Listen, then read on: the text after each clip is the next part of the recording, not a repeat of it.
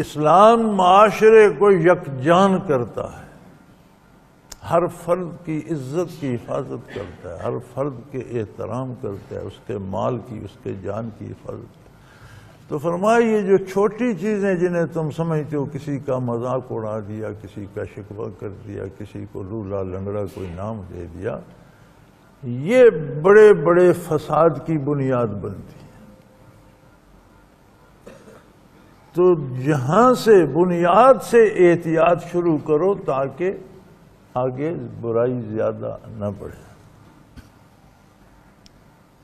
پھر ایک اور تماشا ہے، معاشرے میں بہت سی خرابیاں شکوک و شبہات کی پیداوار ہوتی، نہ ہمیں کسی نے بتایا نہ ہم نے دیکھا، ہم سوچ لیتے ہیں فلاں شخص جو ہے نا وہ اس نے میرے خلاف یہ کیا ہوگا۔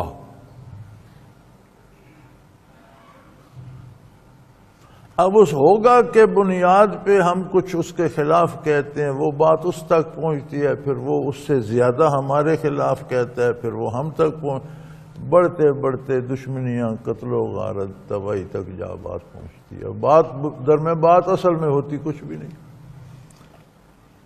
فرمایا یا ایھا الذین آمنوا اجتنبوا کثیرا من الظن، اے وہ لوگوں جنہیں نور ایمان نصیب ہے، یہ کثرت سے ایک دوسرے پر گمان کرنے اور بدگمانی سے بچو، حقائق پر نظر رکھو۔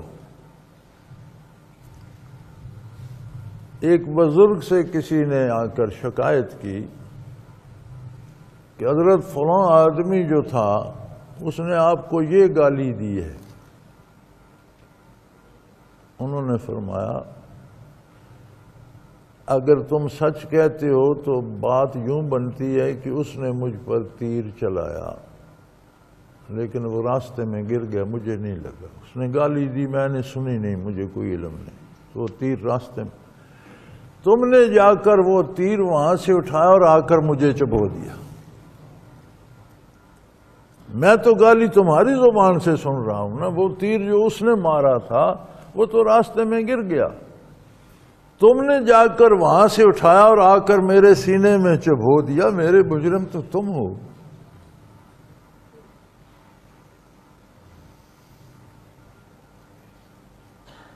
تو فرمایا یا ایھا الذین آمنوا اجتنبوا کثیرا من الظن، یہ کثرت ظن سے بچو۔ ویسے ہی لوگوں پر بدگمانی نہ کہ اس نے ایسا کہا ہوگا، اس نے ایسا کیا ہوگا۔ اچھا یہ کہا کرنے کو چھوڑیں، ہم تو یہ سوچتے ہیں وہ میرے خلاف یہ سوچ رہا ہوگا۔ یہ عجیب بات ہے بھئی، نہ اس کے منہ سے بات نکلی، نہ کلمہ نکلا، نہ کسی نے سنا، نہ کوئی گواہ ہے۔ نہیں اس نے یہ سوچا ہوگا میرے خلاف۔ فرمایا یہ جائز نہیں ہے، حقائق پہ باتوں کی بنیاد رکھو، حقیقت پر نتیجہ مرتب ہوتا ہے، اوہام پہ نہیں۔ ان بعض الظن اسم، اور بعض جو ہوتے ہیں گمان، یہ تو ہوتے ہی سخت گناہ ہے۔ یہ تو آپ کسی نیک آدمی کے بارے بھی سوچ سکتے ہیں اس نے میری برائی کی ہوگی، کتنا ظلم ہے کہ وہ اللہ کا نیک مقرب بندہ ہے، اللہ کی اسے رضا حاصل ہے، تم اس کے بارے برائی سوچ رہے ہو۔ اس لیے یہ جرم بن جاتا ہے۔ وَلَا تَجَسَّسُوا،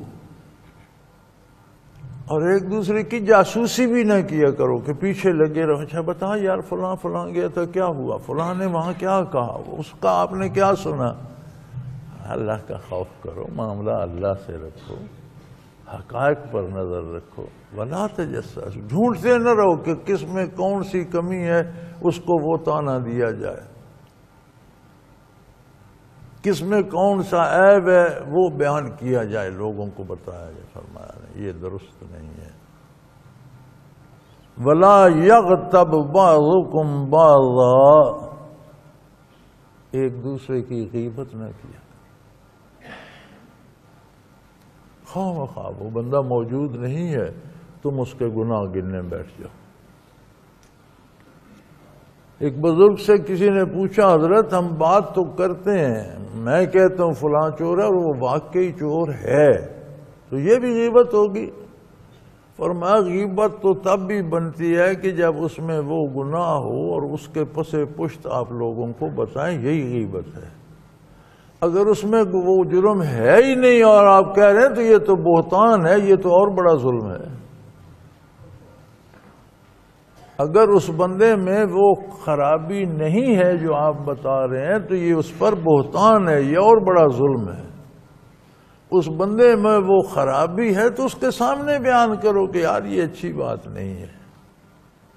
ہاں ایسے مثلا کوئی نشئی ہے، آپ ایسے ادارے کو بتاتے ہیں جو نشیوں کا علاج کرتا ہے کہ بھئی فلاں میں بھی یہ بیماری ہے، تو یہ شکایت یا غیبت نہیں ہوگی۔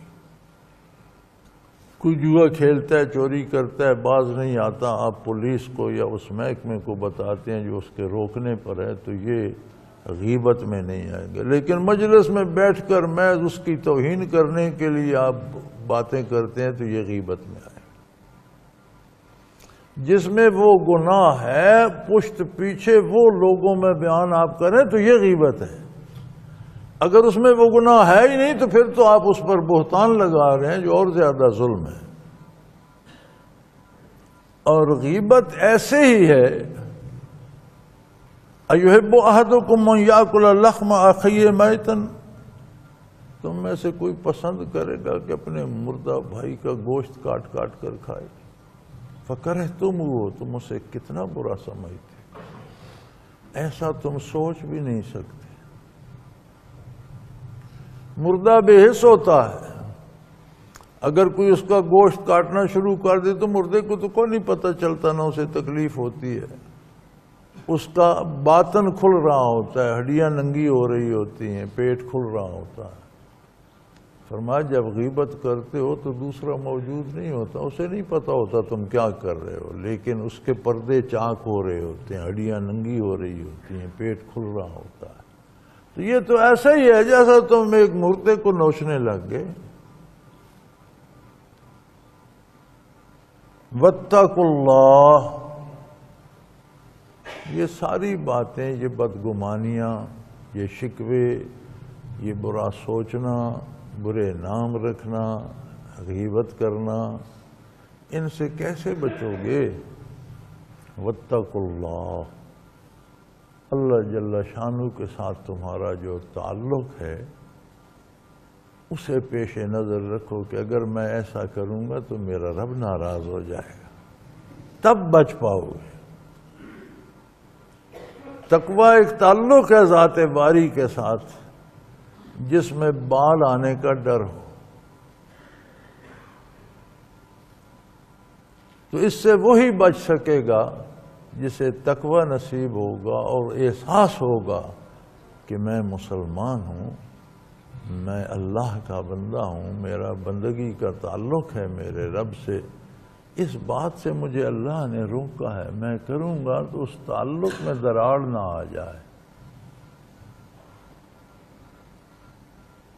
سو اگر بھول چوک چھوٹی موٹی کوئی غلطی ہو جائے، ان اللہ تواب الرحیم، جو صاحب تقوی ہے، جو اللہ سے تعلق کو بچانے کے لیے ان چیزوں سے بچتا ہے، اگر اس سے بھی بتقاضۂ بشریت غلطی ہو جائے تو یقیناً اللہ توبہ قبول کرنے والے اور رحم فرمانے والے ہیں، پھر وہ توبہ کرے۔ توبہ کا مطلب ہوتا ہے کہ گزشتہ پر دکھ ہو اور آئندہ وہ حرکت نہ کرنے کا عہد کر لے۔